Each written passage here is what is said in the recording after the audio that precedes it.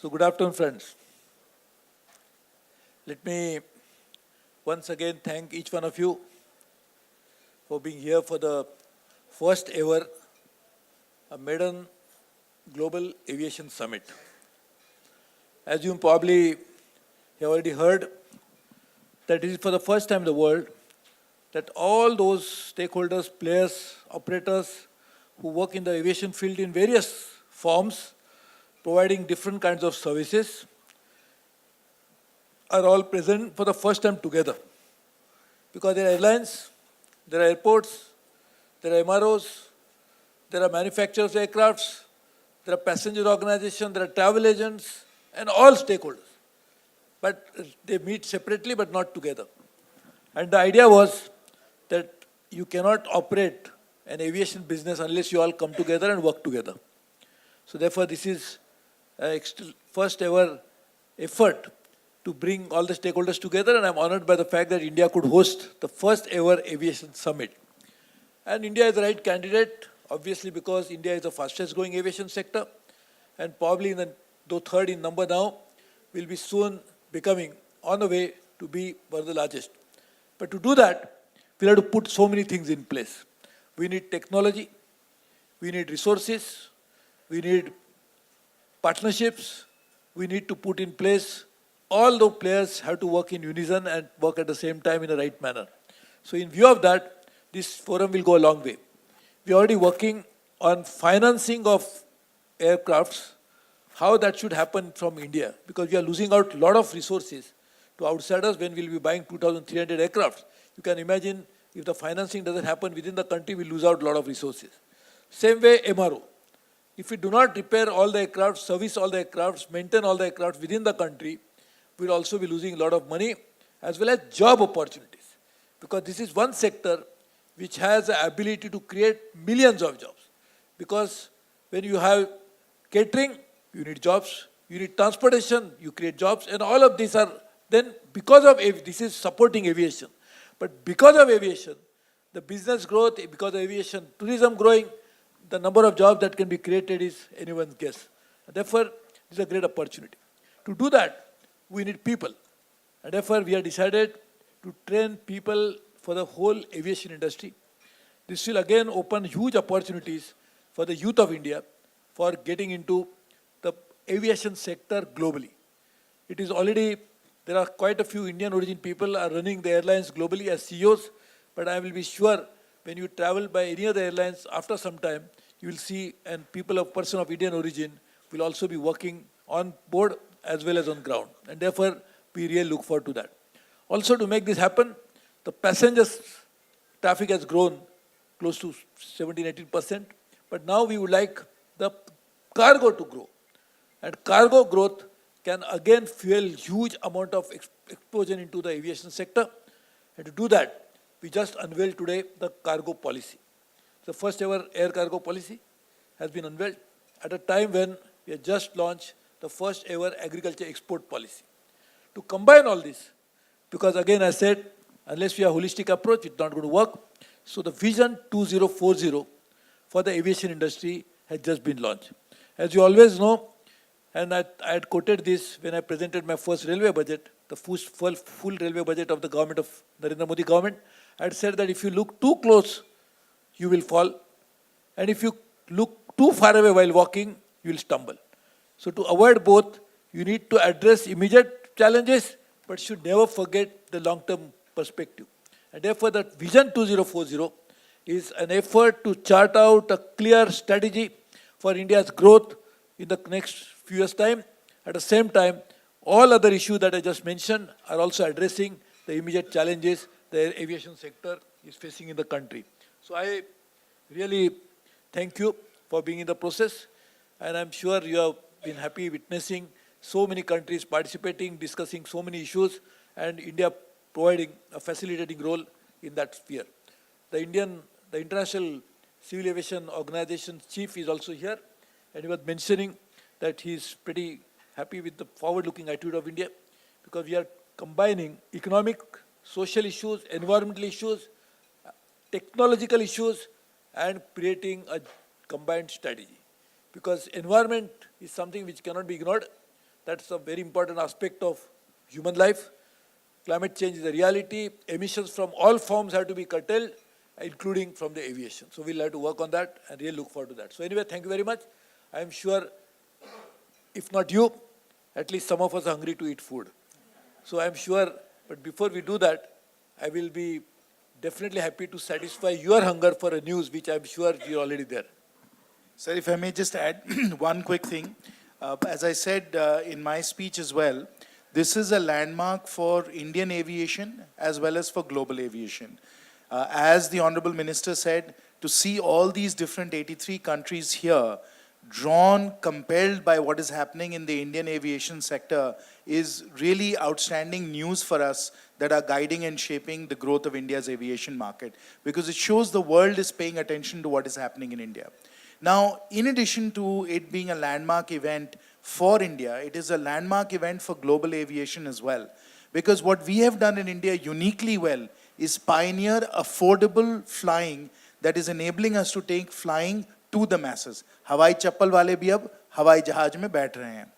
And as a result of that, we are pioneering many new concepts, low cost airlines, regional connectivity, Digi Yatra, Digital Sky, Air Seva. All of these are ways in which we are now leading the world in affordable flying. And I think that's why it's a landmark event for global aviation as well. And we are very excited in our discussions with various ministers from other countries to share some of these policy mechanisms and these policy initiatives that we have undertaken to bring flying to everyone. Thank you. What is that Vision 2040?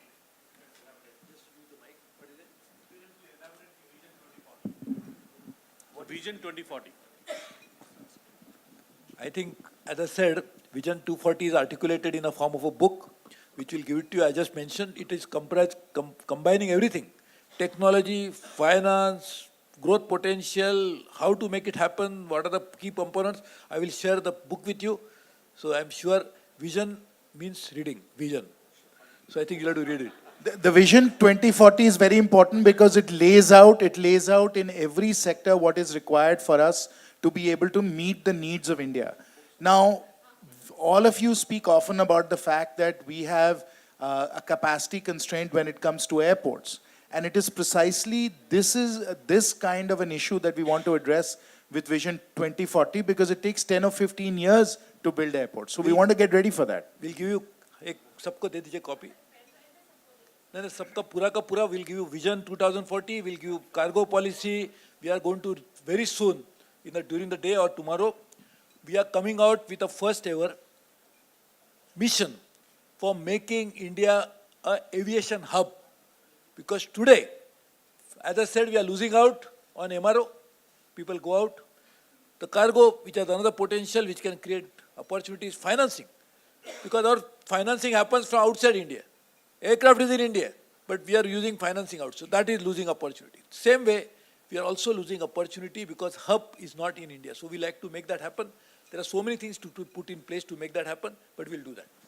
Mr. Prabhu, we'll share everything with you.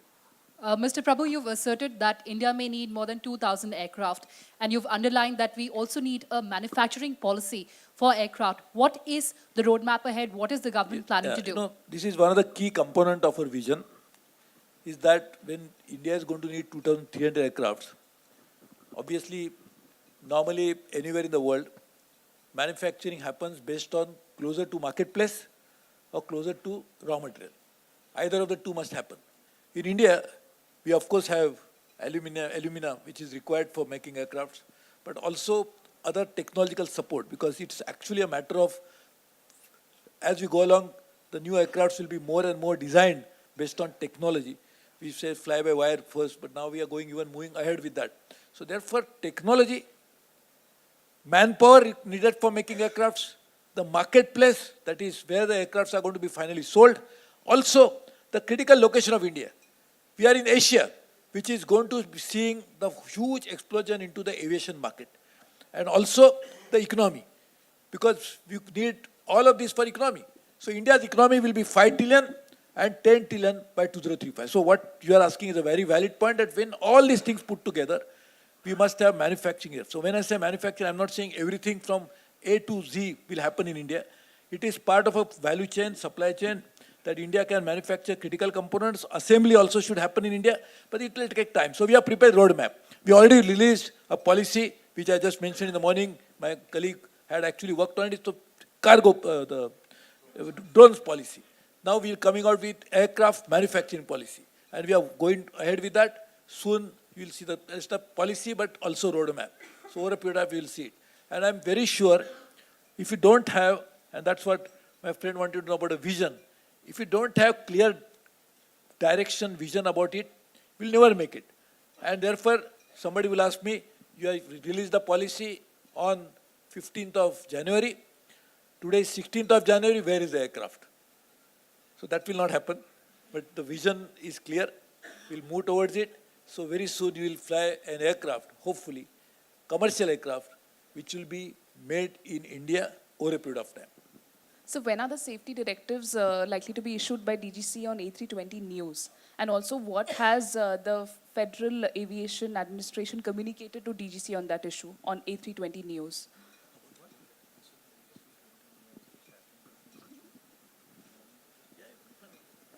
So as you know, just a few days ago, we had an in-depth review of where we are with the Neo engine. As we reported then into the press, there was a press release that was issued. We are well within the safety range of in-flight shutdowns for the Neo engines. That global standard is 0.05 per 1,000 flying hours. Right now, the Neo engine is doing 0.02 per 1,000 flying hours. So therefore, everything that we are seeing, all the data that has been provided, not just by Pratt & Whitney and Airbus, but also by global regulators that are responsible for the engine, which is FAA, and of course EASA, which is responsible for giving the flight worthiness certificate for Airbus 320 Neo.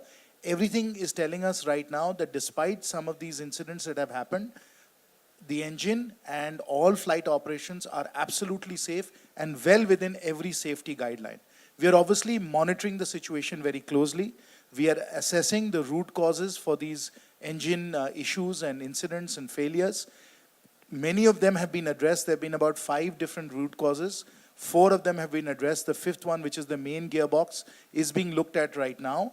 But we are in close consultations with all safety regulators around the world, with the equipment manufacturer, with the engine manufacturer, and with the airlines. DGCA is in the process of issuing further directives for this 5th issue, and we are handling it in a very prudent and in a very careful and safe manner. Mr. Chaubey, do you want to add anything to that?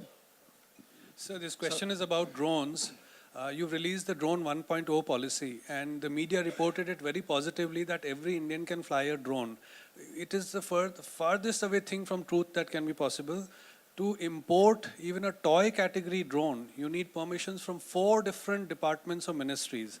Our children used to fly those helicopters before they were called or categorized as nano drones. Now, even in the media, we cannot even use those nano drones for anything. Even for a wedding photography, you need a drone that is up to 2 kgs in weight. And all of these drones now require 4 different... So what happened to single window clearance and getting easy access to these small consumer drones? They are all there. We have single window clearance. And as far as imports are concerned, please understand that no drone can fly in India unless it is certified with no permission, no takeoff. So if you're importing drones that are not capable of being operated safely, obviously you're going to face a number of restrictions in their usage and in their imports. As you know, the nano drones less than 250 grams are free to be operated. Anything of a higher weight has to be operated in a safe and in a regulated manner. That is how it should be. You have seen with incidents around the world, when you have a much more liberal, unregulated way of using drones, it causes great societal damage. I'm sure you don't want to be in a situation like what has happened in Gatwick.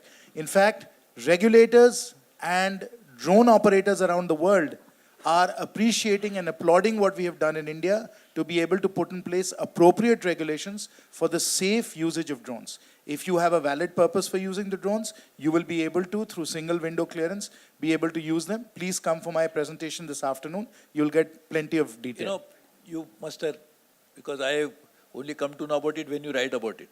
So you must have read what happened in London. So these are the issues. Whenever you come out with a new policy, new technology, it is not, one should not be taken by surprise. It's always a question of catching up with the technology. catching with the emerging issues. And that's how that's how the policy must respond to it. And this is not going to only in case of drones. I'll see now artificial intelligence, even if you come out with policy, the type of new issue that will come up. When the biotechnology came in the world for the first time, obviously the world had to respond to biotechnology in a different way, because there was something which was, you cannot fathom everything at the same time. It's an emerging issue. So this is nothing. We have to keep doing this. Technology is going to drive the policy, and the policy must respond to technological changes. Sir Sir, I think the last question, because sir एक सवाल मैं करना चाहता हूं electronic media की तरफ से। मैं न्यूज़ नेशन से विकास श्रीवास्तव हूं, मुंबई ब्यूरो के लिए काम करता हूं। ये सवाल एयर इंडिया से संबंधित है। दरअसल ऐसा बताया गया है कि एयर इंडिया के टिकटिंग राइट्स जो हैं वो ट्रेवल पोर्ट नाम की एक कंपनी को दिए गए हैं, जो कि इंडिगो की पेरेंट कंपनी है। और ये सारी प्रक्रिया दरअसल बिना किसी टेंडरिंग के, ऑक्शन बिडिंग के की गई है। तो कितना जायज़ है ये, और क्या इंडिगो की पेरेंट कंपनी होने के नाते ये एयर इंडिया के लिए एक कंपटीशन नहीं खड़ा करेगी क्या? सबसे पहले मैं आपको ये बतला दूं कि कोई भी टेंडरिंग बिना ट्रांसपेरेंट टेंडरिंग प्रोसेस के नहीं हो सकती, और ऐसा नहीं हुआ है। आपकी खबर गलत है। जहां तक टेंडरिंग प्रोसेस और उसके आउटकम का सवाल है, आपको ये जान के आश्चर्य होगा कि अभी जो बिडर सेलेक्ट हुआ है, उस बिडर के माध्यम से अगर ये काम किया जाता है तो एयर इंडिया को करीब करीब 700 करोड़ रुपए सालाना की बचत होगी। इसलिए उन चीज़ों के चलते कि वो ट्रैवल पोर्ट किसके पास है, ये we are committed to ensuring that there is no data which is being compromised. उसका पूरा ख्याल रखा जाएगा, और ये ट्रांसपेरेंट बिडिंग प्रोसेस साथ हुआ है, और इसमें एयर इंडिया को बहुत फाइनेंशियल सेविंग हो रही है। इसलिए इसमें अपने आप में किसी तरह का कोई गलत काम नहीं हुआ है। शुक्रिया सर। मैं देखिए, बताइए। मैं आपको सबके सामने साफ बात कहना चाहता हूँ, कोई भी कमर्शियल डिसीजन अब मंत्रालय में नहीं होता है और होगा नहीं। और ये इसीलिए यदि कोई भी निर्णय कोई भी संगठन के स्तर पर लिया जाता है, एयर इंडिया हो या कोई दूसरी संगठन हो, तो उसके बारे में यदि कोई गलत बात होती है तो उसका पहले बोर्ड ऑफ डायरेक्टर्स है। उसके बाद में कोई शिकायत हो तो हमारे दीजिए, हम शिकायत की जांच करें। लेकिन कोई भी कमर्शियल डिसीजन बोर्ड में के सिवा या हमारे मंत्रालय में नहीं होता है और नहीं होगा। और आपको याद होगा तो मैं जब रेल मंत्री बना तो भी ये एक भी कमर्शियल डिसीजन रेल मंत्रालय के तरफ भी नहीं होता था। तो इसलिए मैं कहता हूँ कि हम इस बात को साफ करना चाहते हैं। तो अभी कुछ टेंडर नहीं किया होगा तो आप दीजिए शिकायत, हम एक्शन ले लेंगे। आपके पास कुछ है स्पेसिफिक इन्फॉर्मेशन? सर जो इन्फॉर्मेशन होगी तो दे दीजिए। जो ऐसे क्या होता है, ऐसे एक लोग इंप्रेशन होता है कुछ हुआ है, आप दे दीजिए, एक्शन ले लेंगे। सीवीसी को किसी को लगा देंगे काम पे ऊपर, जरूर करेंगे। हाँ, ऐसा कोई किसी भी कीमत पर हम लोग इस बात पे समझौता नहीं करेंगे कि देश के जो रिसोर्सेज है उसके साथ में खिलवाड़ की जाए।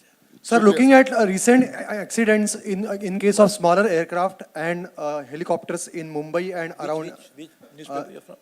I'm Samir Karve from Zee Marathi Disha. Okay. Sir, recent accidents and incidents in case of smaller aircraft and helicopters, it is imperative that we have some good mechanism in case of safety. So what steps are we taking if we want to promote such type of aircraft in case of Udan also? So what steps are we taking to strengthen DGCA and mechanism of safety?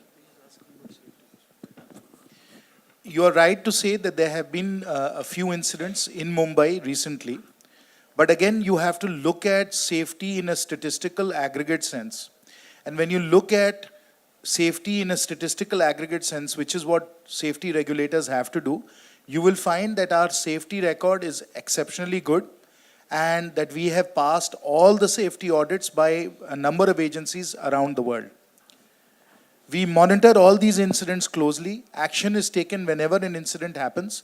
And in the case of the events that have happened in Mumbai, there have been consequences to the operators as well as the maintenance facilities that are associated with the incidents that did happen.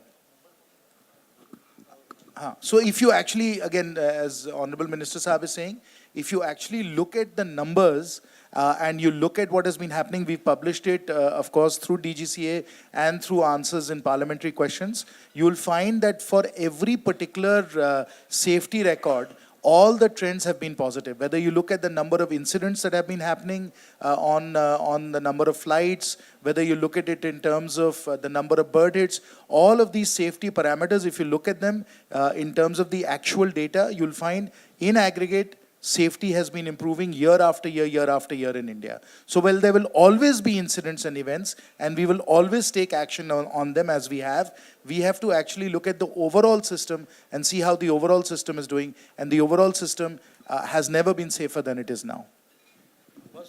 I have to chair, अच्छा last because please lady, please you have to ask something. Please go ahead. बोले आइए पूछे last पूछे क्योंकि वो सब मंत्री हमारी राह देख रहे हैं. Hello sir, this is Neha from Hindustan Times. मुझे सिर्फ एक सिंपल क्वेश्चन पूछना है कि the government has been saying that we will be coming with the Navi Mumbai airport by 2020 mid or probably in the morning also it was said. So I want to understand, when we are still struggling with vacating of villages, we are saying that 90% of the work is being done. So how is it possible that we are going to come up with the Navi Mumbai airport? Thank you. Navi Mumbai airport तो देखिए नवी Mumbai airport का एक जो हिंदी और English में so the new Mumbai airport has a ownership pattern which is largely owned by the state government. It's a state government project. We are fully supporting it. It's in the completely domain of the state government to choose, decide how they want to use it, run it. But we are fully behind it because any airport project coming anywhere in the country will be very happy to support it. So this is related to the state government. I will definitely request my colleague, the Chief Minister, to respond to this. He will come in the evening. I please request all of you, join for lunch, but also join us for the dinner, because dinner is going to be attended by a large number of people, including the Chief Minister. So I think you will have an opportunity to ask the question. Okay.